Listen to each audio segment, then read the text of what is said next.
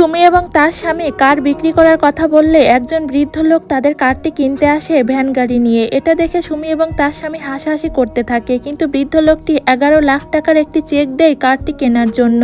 চেকটি দেখে সুমি এবং তার স্বামী অবাক হয়ে যায় যে বৃদ্ধ লোকটি এত টাকা কোথায় পেল। তারপর তারা মনে করে নিশ্চয়ই এই চেকটি ফ্রড। কিন্তু বৃদ্ধ লোকটি বলে, তোমরা কি মনে করো আমি বৃদ্ধ হলেও আমার কাছে অনেক টাকা আছে, আর এই চেকটি মোটেও ফ্রড না। বৃদ্ধ লোকের এই কথা শুনে সুমি এবং তার স্বামী টিটকারি করে এবং হাসতে থাকে যে তুমি এত টাকা কোথায় পাবে। তবে বৃদ্ধ কম যায় না, সে তাদেরকে তার অ্যাকাউন্টের ডিটেলস সম্পূর্ণ দেখিয়ে দেয় যে তার অ্যাকাউন্টে 12 কোটি টাকা রয়েছে।